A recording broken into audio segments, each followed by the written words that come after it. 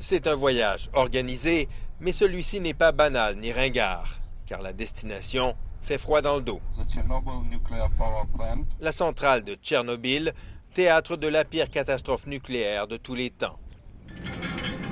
Pour avoir le privilège de s'en approcher, les touristes comme Douglas et Neil Ashford de Calgary ont dû montrer patte blanche et débourser chacun plus de 150 $.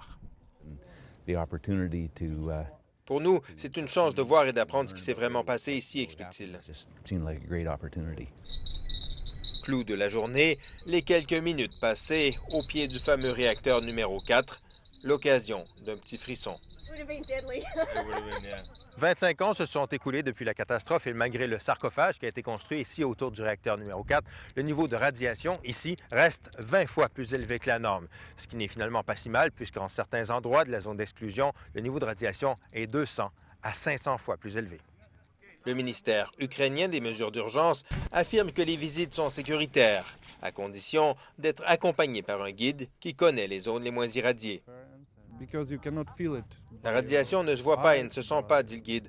Alors il faut avoir au moins un compteur pour savoir ce qui nous entoure. 50 000 personnes habitaient autrefois à Pripyat, ville où étaient logés les travailleurs de la centrale. Évacués 72 heures après l'explosion, c'est aujourd'hui une ville fantôme. Ce parc d'amusement tout neuf devait être inauguré le 1er mai 1986. Il n'a jamais servi. C'est assez lugubre, ça frappe, dit-il. Dans l'école et la garderie de la ville, les jouets et les manuels laissés sur place témoignent du degré de précipitation du départ.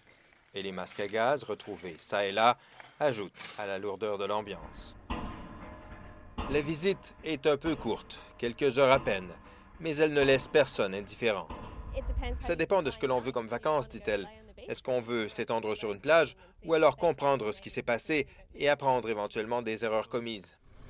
Avant de repartir, le bus et ses occupants sont passés au détecteur de rayons gamma pour s'assurer que rien ni personne n'a été contaminé. Tous repartent soulagés de ne pas avoir été contaminés, mais pas vraiment rassurés sur les risques du nucléaire. Jean-François Bélanger, Radio-Canada, Tchernobyl.